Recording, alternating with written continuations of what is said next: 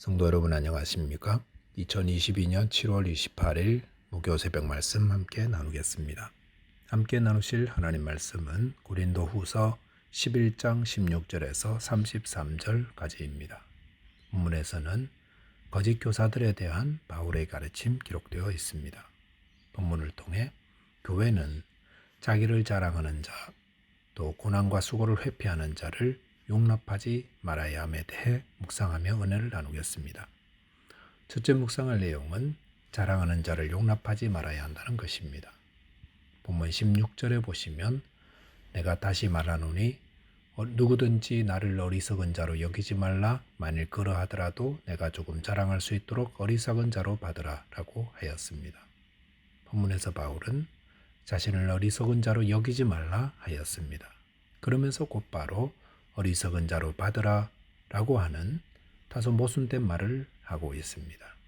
이것은 고린도 교인들이 외적인 것을 자랑하는 거짓 교사들의 현혹되는 낮은 수준에 있는 자들이었기 때문에 그렇습니다.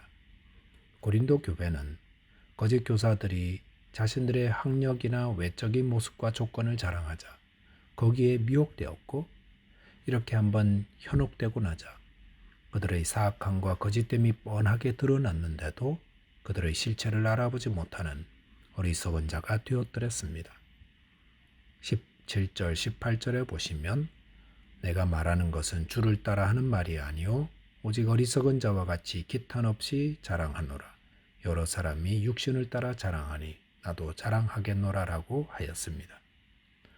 여기서 바울은 자신이 어리석다고 알고 있는 자랑하는 일을 통해서라도 고린도 교회 성도들을 무지와 미혹에서 깨우치게 하고 있습니다. 본문 19절 보면은 너희는 지혜로운 자로서 어리석은 자들을 기쁘게 용납하는구나 라고 하였습니다. 바울은 고린도 교회가 지혜와 은사가 풍성한 교회라고 칭찬한 바 있습니다. 그런데 그런 지혜로운 자들이 거짓 교사들의 괴계에 쉽게 미혹될 만큼 무지하였습니다. 특별히 어리석은 자들을 기쁘게 용납한다고 책망하였습니다. 여기서 어리석은 자란 자기를 자랑하는 거짓 교사들을 말합니다. 교회는 세상적인 것들을 자랑하며 자기를 높이는 자들에 대해 주의해야 합니다. 이런 자들의 거짓됨을 간파하고 용납해서는 안 됩니다. 이런 자들을 용납한 고린도 교회는 어떻게 되었습니까? 본문 20절에 보시면 누가 너희를 종으로 삼거나 잡아먹거나 빼앗거나 스스로 높이거나 뺨을 칠지라도 너희가 용납하는구나 라고 하였습니다. 바울은 고린도 교회 안의 거짓 교사들의 행태를 일일이 열거하고 있습니다. 그들은 교인들을 종으로 삼았습니다. 그래서 상전처럼 행세했습니다. 잡아먹는 것은 자신들에게 미혹된 자들을 물질적으로 갈취하는 것을 의미합니다. 또한 빼앗는다 하였습니다. 바울은 고린도 교회의 영적 성장을 위해 아무것도 요구하지 않았는데 이들은 자기들의 욕심을 위해 빼앗았다고 하였습니다. 스스로 높인다 했습니다. 이것은 상대를 깔보고 오만한 태도로 대하는 것을 말합니다. 뺨을 친다는 것은 실제로 교인들을 노예처럼 대했다라는 것을 뜻합니다. 고린도 교회 안에 들어와 있는 거짓 교사들은 마치 오늘날 이단의 교주와 같은 모습을 보이고 있습니다. 이단의 교주들은 여러 방법으로 사람들을 미혹한 후에 그들을 종처럼 부리며 물질적으로 갈취하고 육체적으로도 때리고 오만하게 대합니다. 하지만 어떤 이유로든 폭행하거나 모욕하는 것은 거짓 교사요 사탄의 일꾼의 모습입니다. 참 선지자는 오히려 폭행당하고 모욕당합니다. 예수님도 오른뺨을 치는 자에게 왼편도 돌려대라 하셨고 모욕하는 자를 위해 기도하라 하셨습니다. 교회가 육체적인 것을 자랑하는 자들을 용납하면 그 다음은 이런 자들로 인해 육체적으로, 물질적으로, 정신적으로, 영적으로 온통 피폐해지게 됩니다.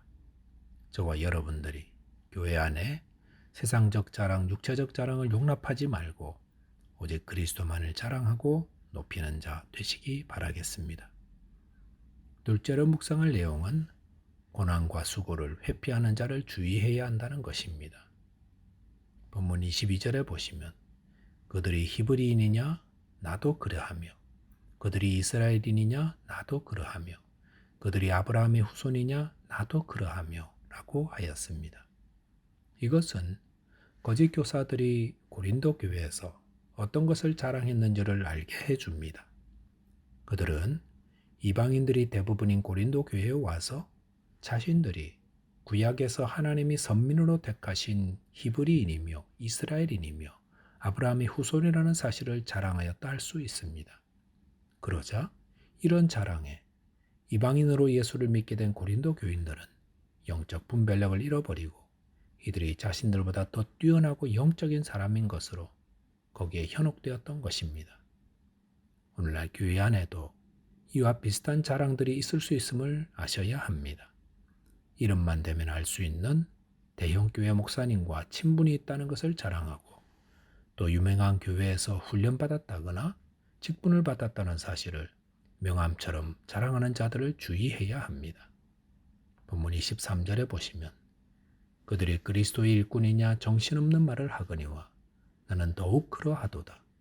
내가 수고를 넘치도록 하고 옥에 갇히기도 더 많이 하고 매도 수없이 맞고 여러 번 죽을 뻔하였으니라고 하였습니다. 바울은 거짓 교사들이 자신들을 그리스도의 일꾼이라고 스스로 소개하고 있는 데 대해서 자신은 더욱 그러하다라고 하였습니다. 그러면서 자신이 그리스도의 일꾼으로서 당한 고난을 이야기합니다. 23절 이하에 소개되는 바울의 고난은 일반 사람들이 하나도 제대로 감당하기 어려운 일들입니다. 그는 옥에 갇히기도 하고 매도 수없이 맞고 여러 번 죽을 뻔했다고 했습니다. 24절에 소개되는 40의 감한매, 즉 39대를 맞는 매는 13번씩 3번에 나누어 때리는 벌로서 그 벌을 받다가 죽는 경우도 있는데 바울은 그런 벌을 5번이나 맞았다고 했습니다. 25절에 보시면 바울은 태장으로도 맞았다고 했습니다. 그것은 가죽 끝에 납덩어리를 매달아 채찍질하는 것으로 살찜을 찍어내어 고통을 가중시키는 아주 끔찍한 형벌입니다. 바울은 이런 태장을 3번 맞았다고 했습니다. 또한 돌에도 맞고 3번 배가 파손하기도 하고 일주일 동안 바다에서 표류했다고 했습니다. 26절 보시면 복음을 전하는 여행 도중에 당한 온갖 위험을 적어 놓았습니다. 27절에서는 온갖 수고에 대한 기록도 소개되고 있습니다. 그러면서 28절에서는 아직도 바울에게 교회를 위한 염려 때문에 속으로 눌림이 있다고 하였습니다. 바울이 그리스도의 일꾼에 대한 이야기를 하다가 자신이 당한 고난과 수고 이야기를 한 것을 보면 참 그리스도의 일꾼에게는 고난과 수고가 있다는 것을 알 수 있습니다. 그 말을 바꾸어 말한다면 거짓 교사들에게는 이런 고난과 수고가 없다는 것입니다. 왜 거짓 교사들에게는 고난과 수고가 없는 것입니까? 그들은 자기 욕심과 자기 안위를 따라 사는 자들이기 때문입니다. 만약 바울도 복음 전하기를 포기하며 자신을 위해 살았더라면 그가 받은 고난과 수고는 다 피할 수 있었던 것들이었습니다. 하지만 바울은 복음을 위해 온전히 헌신하였던 자였기에 그의 여정에는 고난과 수고가 있었던 것입니다. 본문 30절에 보시면 내가 부득불 자랑할진대 내가 약한 것을 자랑하리라 라고 하였습니다. 바울은 부득이 자랑한다면 자신의 약한 것, 즉 죽을 고생하고 수고한 일들이라 하였습니다. 이런 바울의 모습은 자신의 세상적인 것들을 자랑하는 거짓 교사들과 얼마나 차이가 있습니까? 말씀을 정리하겠습니다.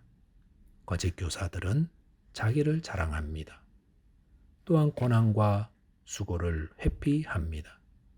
저와 여러분들께서 자기를 자랑하지 말고 오직 주님을 자랑하며 주님의 나라를 위해 기꺼이 고난과 수고를 감당하는 자 되시기 바라겠습니다. 기도하겠습니다. 하나님 아버지, 저희 자신의 세상적 자랑을 내려놓게 하시고 오직 주님만 자랑하는 자 되게 하여 주옵소서. 또한 복음을 전하며 주를 위해 받는 고난과 수고를 기쁨으로 감당하는 참된 사역자들 되게 하여 주옵소서. 예수 그리스도 이름 의지하여 기도하옵나이다. 아멘. 오늘도 주 안에서 승리하는 하루 되시기 바라겠습니다. 감사합니다.